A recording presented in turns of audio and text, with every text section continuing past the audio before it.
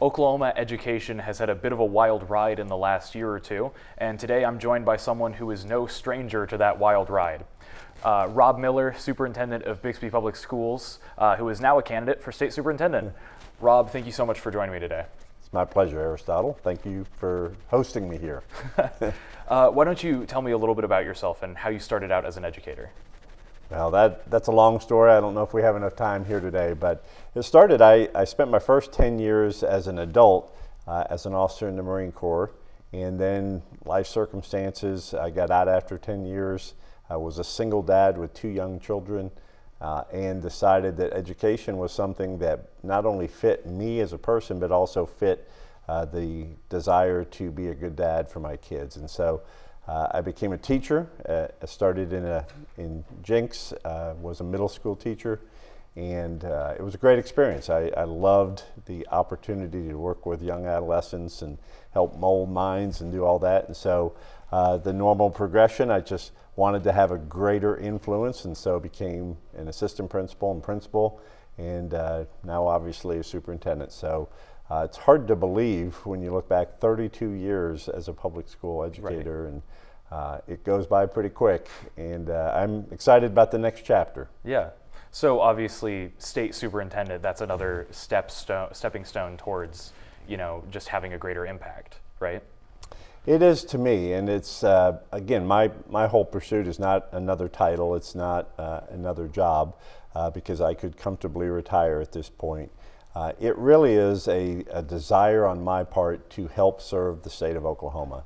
I'm a proud Oklahoman, and like anyone who is proud of the state, wants the state to do well, we recognize that our top resource is our children. And I think we've gotten off track by discussions about cultural issues and things that don't directly impact the performance of kids every day.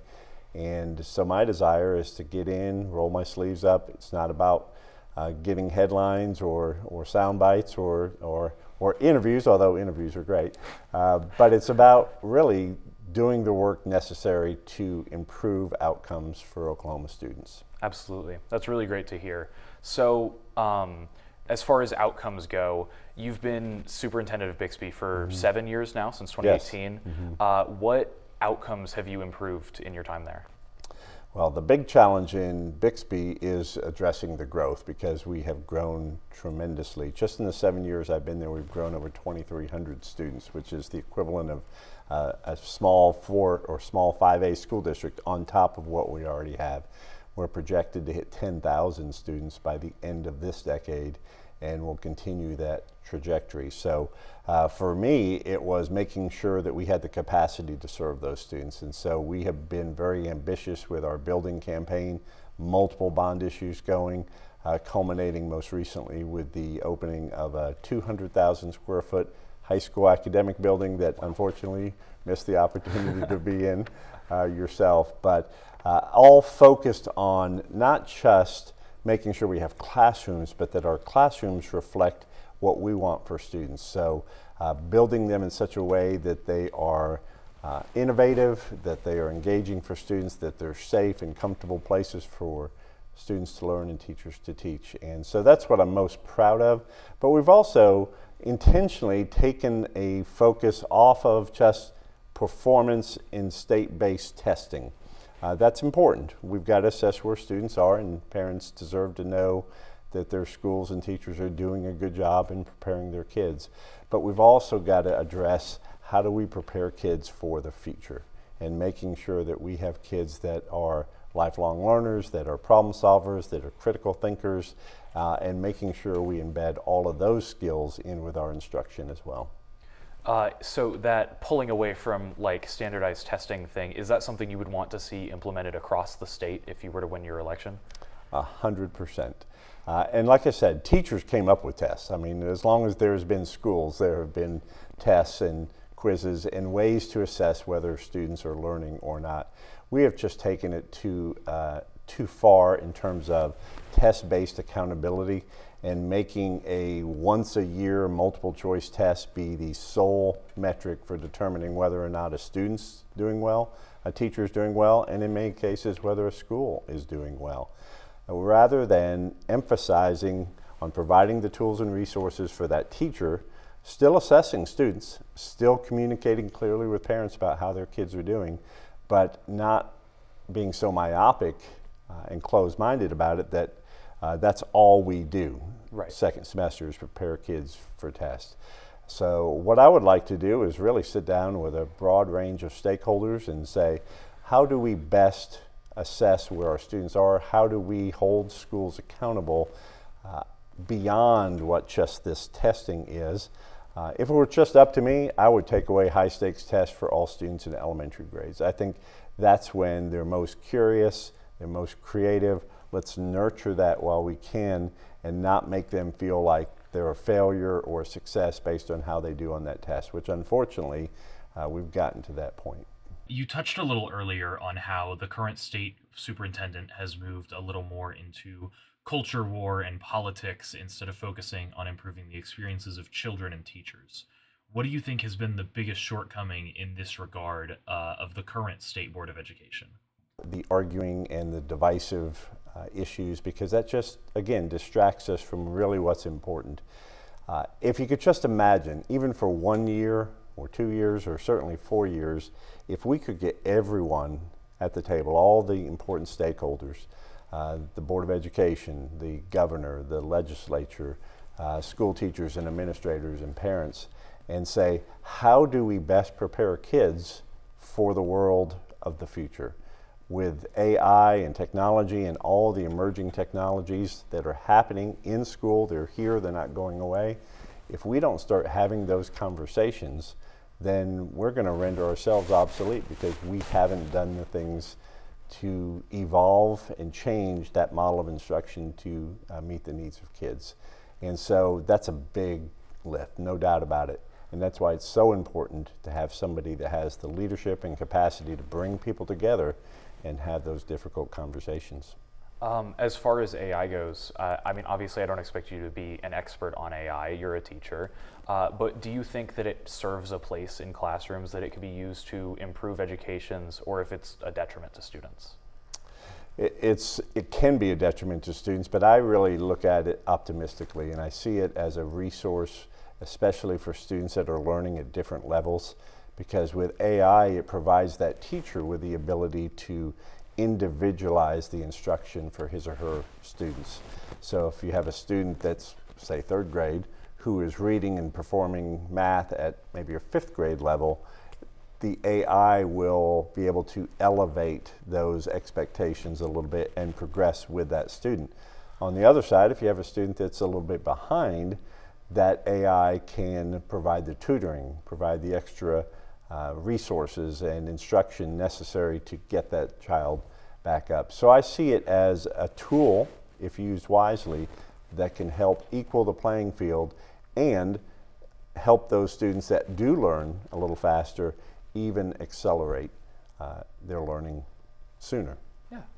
So something that's been in the news a lot recently, particularly in Texas, is school vouchers. You know, providing state funds to parents to choose a school for their child, private, public, what have you.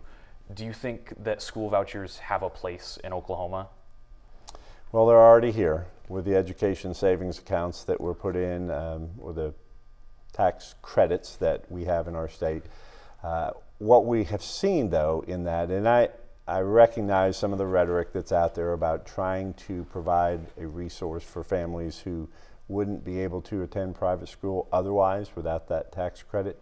But the reality is that a good portion of that money is being allocated to families whose kids were already in private school and who already have the financial means to support that. And so all we're doing is diverting money from the general fund to reimburse families for that private school education. We've got to be a little bit more thoughtful about how do we want to use those resources, because Oklahoma, pretty conservative state, we have pretty tight budgets.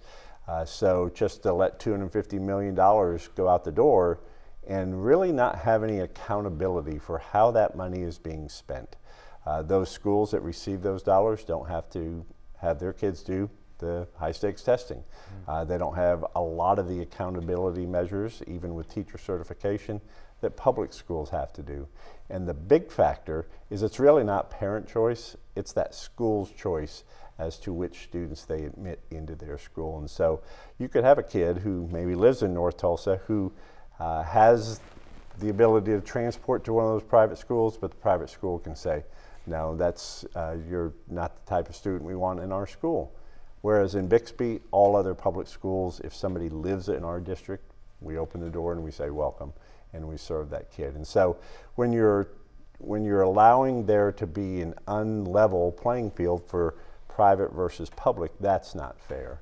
And if we're going to let money go there, then those schools need to play by the same rules that public schools do. Do you think, is there any world in which we should be giving these state education funds to private schools rather than spending it to bolster public schools so that they can educate at the same level as these private schools? Or should the money be spent?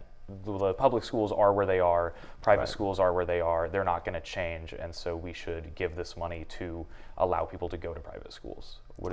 Well, my first goal would be to fund public schools adequately. Right now, we're still the lowest in our region in terms of per pupil expenditures, which means that we're not even above Arkansas or Kansas or Missouri or Texas. We are at the dead bottom of that. And it would take close to $1 billion of additional funding just to get us to the average of our region. And so when people complain about the quality of their public schools, but we're not funding the public schools the way that other states around us are doing that, then all it does is set up the narrative that schools are not doing as well as they should.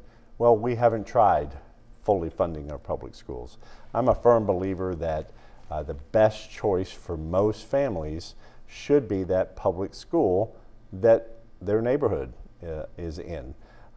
Why should kids have to travel halfway across town in order to get a decent education? We need to bolster the schools that we currently have in our public communities and make sure that they have what they need, our teachers have what they need. And it starts with teacher pay because the single most important factor for student learning is the teacher in that classroom. And when we've got over 5,000 emergency certified teachers in our classrooms today, that's a problem. When we have over 1,000 adjunct teachers in our classrooms, that can't be a trend that we sustain over time. So there's a lot of work to do. It starts with making sure that we recruit and retain high quality teachers in our classrooms, and it takes money, it takes resources, because many of these people graduating from college have other options. They can go get a job as an engineer if they're a math major or something like that. And so we have to make sure that we're offering competitive compensation, keeping those people in the classroom, and then providing them with the tools and resources so that they can be the top choice for parents. I have one final question for you. Sure. This is obviously a college news program, so just a college-related question. Do you think that there is work to be done in our schools to prepare Oklahoma students better for college? Well, you'd probably be able to answer that one even better. As coming from high school now as a first-year undergrad, I think so. And again, it's we have to be talking about what are the careers of the future. And I know you're learning in your coursework now, and you're seeing already the impact of AI and all these other technologies that are in one way replacing just that rote memorization, that need to have just content knowledge.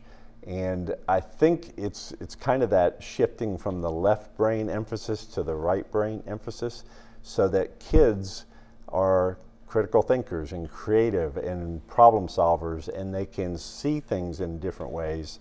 That's the human advantage over any technology, is that creativity.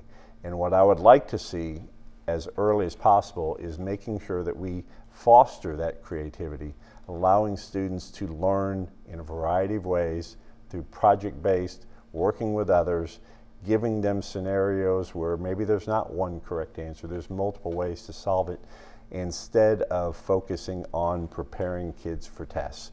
Because again, they're never going to be able to perform as well on that test as the technology that's there. And so that's what our world is going to need. It's going to be thinkers. And that base of knowledge is important, but we can't forget all the layers on top, critical thinking and problem solving. Thank you so much for joining me. It's been an absolute pleasure. Where can people go to support your campaign? Well, it's very easy website, voterobmiller.com. And sign up for signs or help with social media or give a contribution. We'd greatly appreciate the support. All right, thank you so much. That's all we have, and we'll see you next time with another interview. Thank you.